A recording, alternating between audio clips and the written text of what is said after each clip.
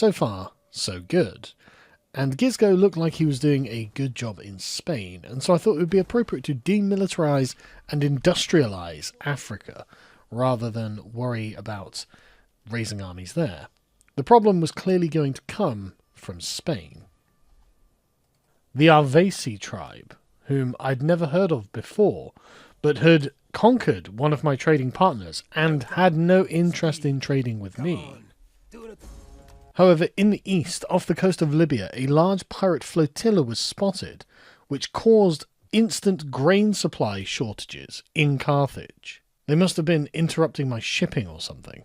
But nevertheless, this was a critical problem. But it was clear I was going to have to do something I didn't want to, and that was build up Sicily.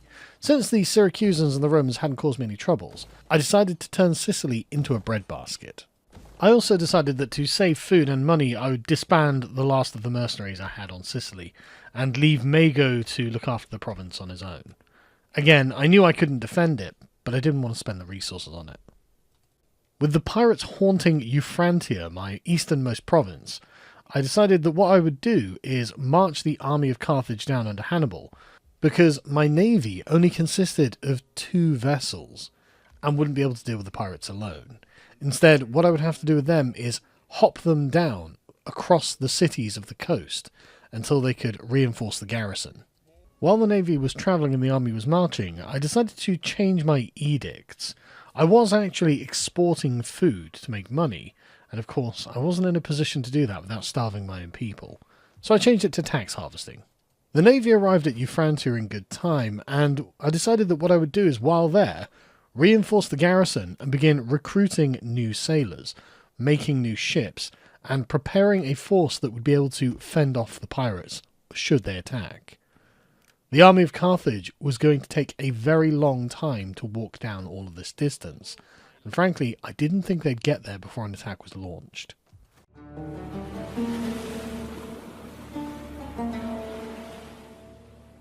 We were blackmailed by somebody I don't want to mention over something I'm not going to tell you about, but to counter the rumours, I paid 860 dinars from the treasury. Thankfully we could afford that. In the west, all was quite peaceful until a minor rebellion erupted outside of New Carthage, but Gisgo, being on hand, crushed it with ease. In the east, the pirates had been too timid to take advantage of the element of surprise, and they gave me breathing space to build a much more sizable navy in Euphantia.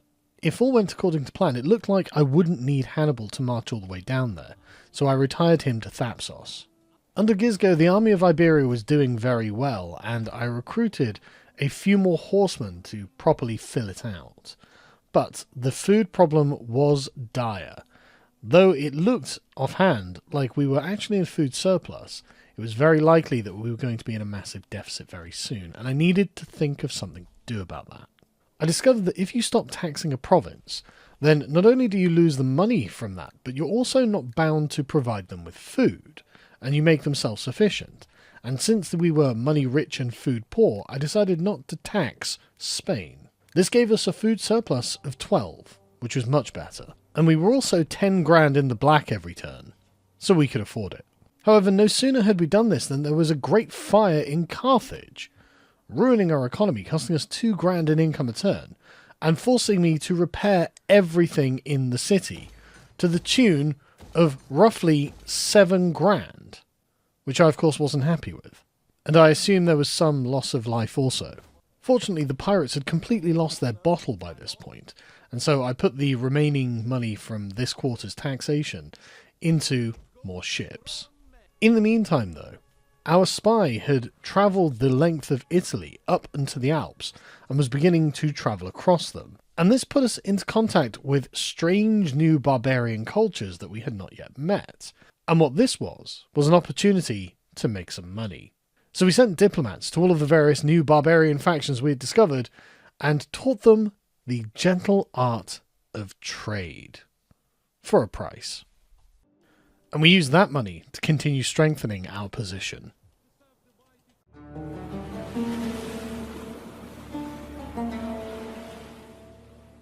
Suddenly, catastrophe struck, as the landowners' party in Sicily decided that they were going to take that entire province and break away from the empire. This caught me as quite the shock, given how I thought the Empire was actually going fairly well, and we needed Sicily to provide us with food. But worse, it wasn't just the 2 regions of Sicily, it was also the entire Carthaginian navy, leaving us completely at the mercy of the pirates. There was only one thing to do, which was of course return to Carthage and recruit a new navy, but there were no admirals available, leaving Carthage, the famous naval power, once again not only without a navy, but incapable of building a navy. The next turn, though, the noble Hanno decided to volunteer himself to be the commander of a fleet, and given that I had absolutely no other options, I had to take him. And so, for the second time, I began rebuilding the Carthaginian navy. Meanwhile, on Sicily, though, what was Mago supposed to do? He didn't have any men, he didn't have any resources to draw from, and I couldn't really afford to raise a mercenary army, and there were barely any mercenaries there at all anyway. I decided that the best thing that he could do was just simply wait it out. He didn't have anywhere else he could go or anything else he could do. However, in Spain the situation was different. I raised a new army in Gadia to be a kind of bulwark against the assault that I was going to launch against this new barbarian tribe. But it occurred to me I didn't actually know anything about them, so I recruited a champion to go and explore through their land and report back. I didn't know how strong their forces were going to be, and if I was going to launch an assault, it seemed like a good idea to know that in advance. However, in Sicily, the rebel commander Pisaris decided to march out and boldly engage Mago and his bodyguard, with only himself and his own bodyguard, leading to a peculiar battle in which the 2 leaders and their cavalry forces had a knockdown, drag-out fight in which there was no strategy or tactics involved because there was nothing to do anything tactical with. The 2 cavalry formations lined up and charged one another, and slugged it out until, finally, Mago came out victorious. The problem was, this didn't really advance Mago's position in Sicily at all, because he didn't have the forces to retake any of the cities, and he wasn't able to replenish any of the losses he had incurred. However, in Carthage, the money was still rolling in, so we decided to upgrade the Great Harbour of Carthage into its most advanced form and continue rebuilding the navy, this time with super heavy marines. While the Aravesi in Spain held a deep and abiding loathing for us, even deeper than Ptolemy had for trade deals with us, the rest of the Western Mediterranean was interested in making non-aggression pacts, and luckily for us, they were often prepared to do this for a price. So Carthaginian diplomats sailed to these strange barbarian lands and taught them what it meant to have allies. Gisgo established that a frontal assault on the Aravesi wouldn't work. They were definitely too numerous and too strong, and while the army of Iberia itself was formidable, one significant loss would put the whole province in danger. Despite the rampant starvation that was happening, it was clear that Carthage was going to need to improve its military forces and retake Sicily and expand its holdings in Spain. So Hannibal decided to begin recruiting war elephants. Armoured war elephants. Mighty juggernauts of destruction. And this army would be supported by the very best marines that Carthage could field.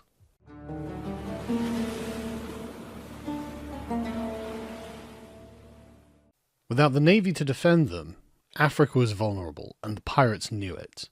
They descended on Leptis Magna like hungry wolves. However, the townsfolk and garrison there put up stout resistance and drove them off.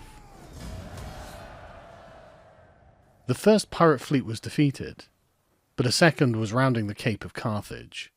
The new Carthaginian navy did stand ready to intercept them. However, the Syracusans had taken a Craggus on Sicily, previously a Carthaginian city, and it looked like they were about to move on to Panormus. So I ordered Mago to go and besiege Panormus with his 50 or so horsemen. There was no chance they could take it, but what they could do is pin the city until Hanno and the fleet could arrive, and using the assault marines, storm the city and reconquer it for Carthage. An easy win against the beleaguered and failing secessionist movement, and with that, they were destroyed. Athens, one of my new trading partners, was also destroyed as an independent power. The Romans had arrived and conquered the cradle of democracy. With Sicily once again secure, I decided that the army of Carthage could now deal with the Carthaginian pirates. We sailed to engage them, and they, metaphorically, took to their heels and rowed as hard as they could in the opposite direction. They knew they were outmatched, but of course we would hunt them down. Meanwhile, the remnants of the other pirate fleet, defeated at Leptis Magna, attempted an assault on Euphrantia. This was foolhardy and clearly the result of desperation, and they were crushed by the townsfolk. And thus, Carthage's problem with its own pirates came to an end. Hannibal recruited another unit of war elephants, and in the west, the situation seemed secure. However, we were being eaten out of house and home by our allies, and our eastern army was suffering. Food shortages in Spain was causing the army of Iberia to starve to death. They had to make a move. Though the Aversi were stronger, cumulatively, than the forces we had in Iberia, I decided that if I declared war on them, they may come out and make a mistake and allow me to defeat them in detail. However, I discovered they were allies with one of my neighbours, the Iditani, with whom I had previously had very good relations. This caused me pause for a moment, while I considered my options. However, none of the options that appeared to be available to me were very good.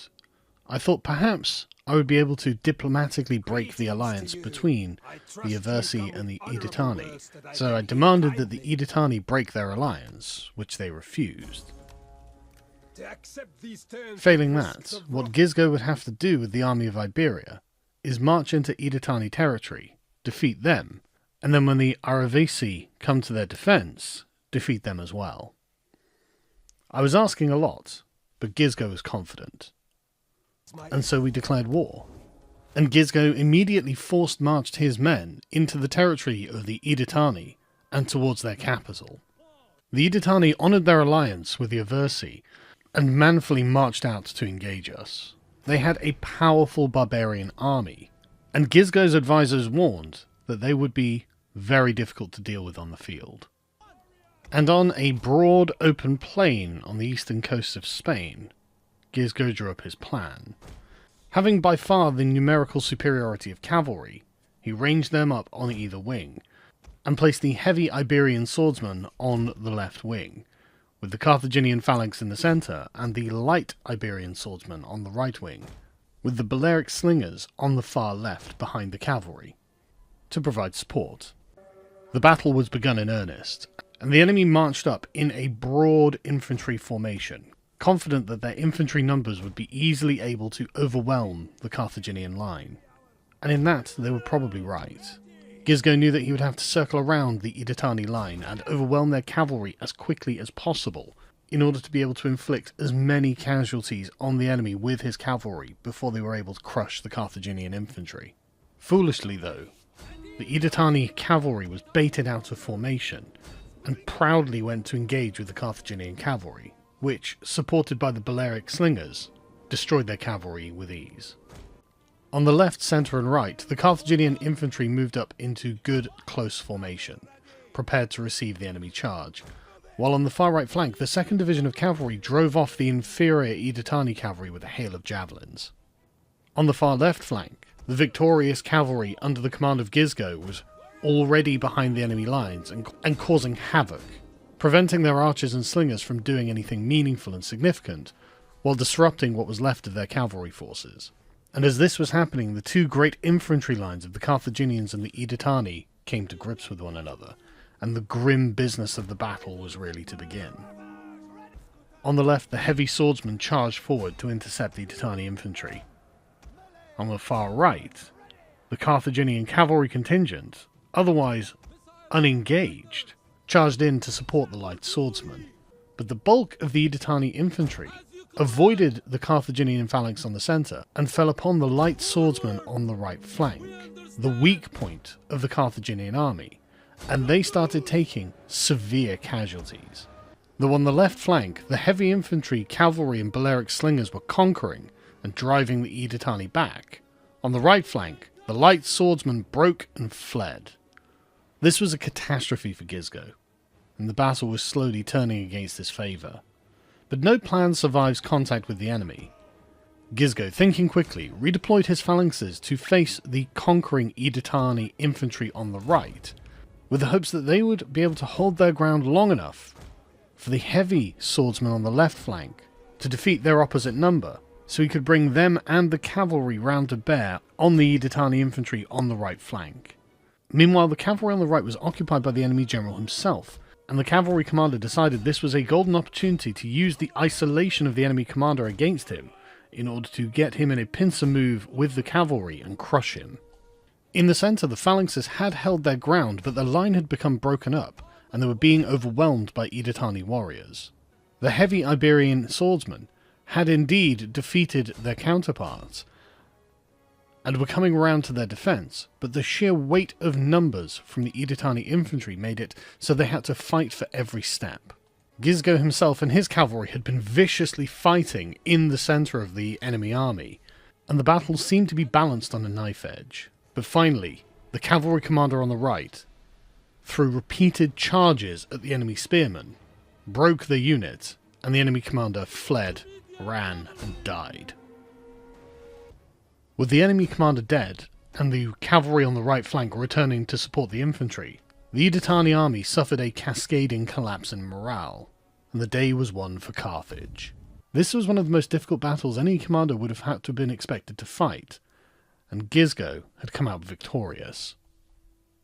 Though the enemy army had been all but destroyed, it was clear that this was a terrible and bloody battle, with over 1,500 of the Carthaginian men laying dead on the field, and these casualties disproportionately falling on the light swordsmen. However, Gisgo had knocked the Editani out of the war, and now we would have to see what the Aversi would do in response.